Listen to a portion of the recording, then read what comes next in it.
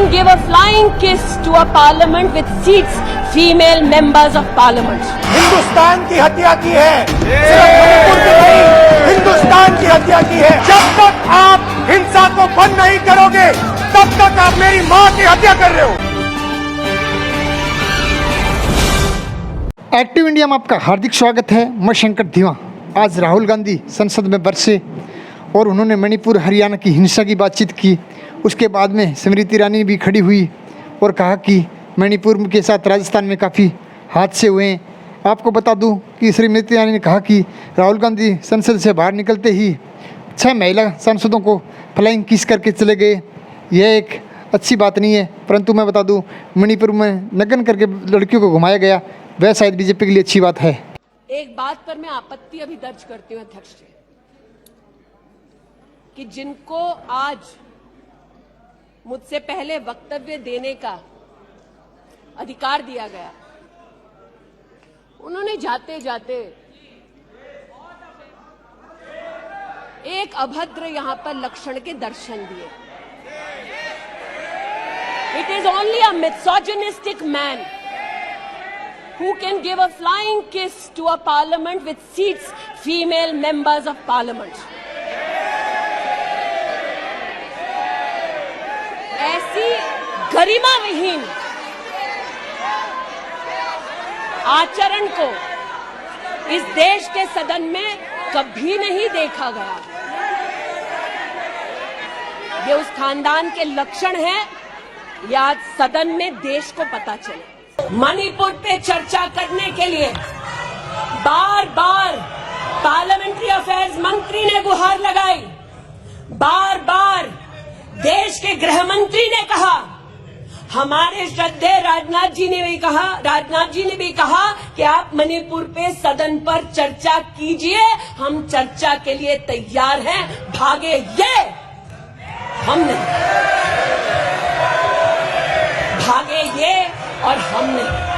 ये आज जो जोर जोर से चिल्ला रहे हैं, न्याय की गुहार इन्होंने तब नहीं लगाई जब 60 साल की एक महिला का पश्चिम बंगाल में उसकी नाती के सामने कोर्ट में केस लंबित है। इनका दिल नहीं दहला और पूछ रहे थे कि मणिपुर के बारे में आप नॉर्थ ईस्ट के बारे में नहीं जानते। जिन्होंने प्रस्तावना की उनसे कहती हूँ, नल्ली का मैसेकर हुआ, 5 मिनट के लिए कांग्रेस की एक नेत्री गई, लेकिन इनका क्या रुख था तब। 2012 में तरुण गोगोई जी ने स्वयं वक्तव्य दिया है कि दंगे हो रहे हैं, लेकिन कांग्रेस की केंद्र की सरकार ना ट्रूप्स दे रही है, ना इंटेलिजेंस दे रही है। कोकराझार की बात करते हैं कि मेरा वक्तव्य नहीं है, तब के कांग्रेस के मुख्यमंत्री तरुण गोगोई का वक्तव्य है। कोकराझार में हिंसा होती है, धुबड़ी में 3-3 महीने कर्फ्यू रहता है। आज महोदय जो लोकतंत्र की दुहाई दे चुके हैं, हम बार बार इस सदन में बार बार इमरजेंसी की गाथा को याद करते हैं। इस सदन में हम लोग बार बार उन नेताओं को, उन सामाजिक संस्थाओं को, उन मीडिया के बंधुओं को, उनकी प्रिंटिंग प्रेस कैसे जबरन बंद कर गई, उसको, इस पर विस्तृत चर्चा होती है। लेकिन इमरजेंसी के कालखंड में साधारण महिला का इन्होंने, कांग्रेस पार्टी ने क्या हश्र किया। स्नेहलता रेड्डी की आज बात करना जरूरी है।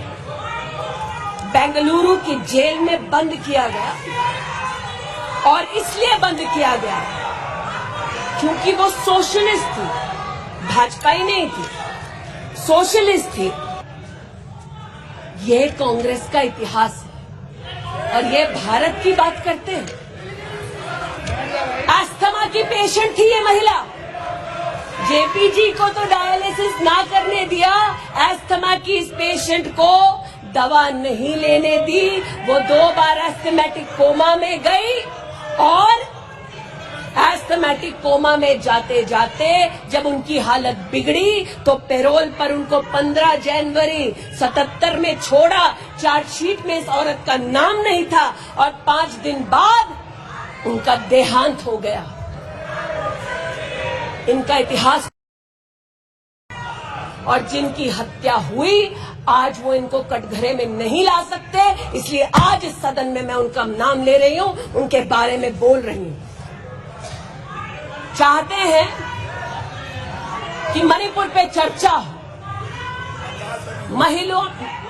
मणिपुर पे चर्चा करने के लिए बार बार पार्लियामेंट्री अफेयर्स मंत्री ने गुहार लगाई, बार बार देश के गृह मंत्री ने कहा, हमारे श्रद्धेय राजनाथ जी ने भी कहा कि आप मणिपुर पे सदन पर चर्चा कीजिए, हम चर्चा के लिए तैयार हैं, भागे ये हम नहीं,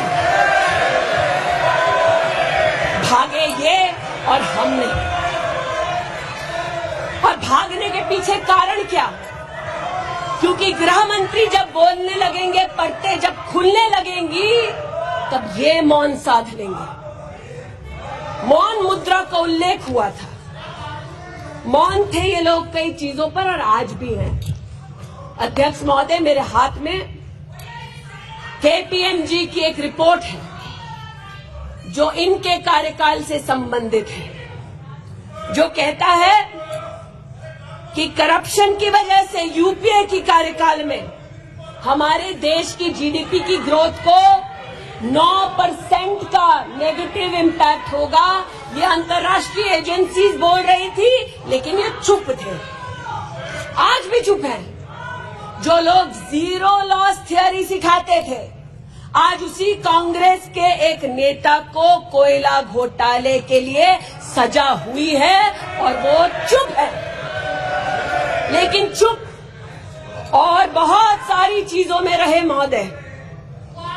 2005-06 में यूपीए की सरकार को यह ज्ञात हो गया था कि खुले में शौच करने की वजह से महिलाओं का बलात्कार हो रहा है। 2005-06 में इनको पता था, ये सरकारी सर्वे में ज्ञात हुआ है, लेकिन ये चुप थे। 2010 में वर्ल्ड बैंक की रिपोर्ट ने कहा, इनकी तब सरकार थी, कि स्वच्छता न होने की वजह से देश की जीडीपी पर 6.4 का नेगेटिव इम्पैक्ट है। ये चुप रहे। महिला का बलात्कार खुले में शौच में हो रहा था, इनको पता था, ये चुप रहे। 2014 तक देश में केवल 39% आबादी को इन्होंने टॉयलेट की व्यवस्था सुनिश्चित करके दी। 2019 तक 100% कवरेज हुआ। 110 मिलियन टॉयलेट, ये हंसते हैं इस पे अध्यक्ष जी। शायद इनको पता नहीं है कि एक महिला के लिए दिन की शुरुआत में शौच के लिए बाहर जाना या सूर्यास्त का इंतजार करना, शौच के लिए बाहर जाना और वहां उसका शारीरिक शोषण होना, बलात्कार होना, ये कितनी बड़ी सामाजिक और क्रिमिनल चुनौती है, इस बात से इनको कोई सरोकार नहीं, इसलिए उपहास का विषय बनाते हैं। आज मुझे ये कहते हुए शर्मिंदगी है कि मैं यहां पर कह रही हूं कि खुले में शौच करने वक्त औरत का बलात्कार होता है, ये उपहास उड़ा रहे हैं और महिला उपहास उड़ा रही है। शायद यही लक्षण है कांग्रेस मिथ अलायंस के कि औरत का बलात्कार हो तो ये हंसे, भारत मां की हत्या की बात हो तो ये यहां पर तालियां पीटे, ये कांग्रेस का लक्षण है। इनकी प्रस्तावना के वक्त ये कहा गया कि हम बात करेंगे मात्र एक व्यक्ति से, हम किसी मंत्री से बात नहीं करेंगे, क्योंकि मंत्रियों की कार्यशैली पर इनको चर्चा नहीं करनी। और शायद सच भी है, इनका अपना अनुभव है कि इनके यहां पावर का केंद्र बिंदु एक था। यहां पर फर्क यह है कि हम सब कलेक्टिव रिस्पॉन्सिबिलिटी के भागीदार हैं।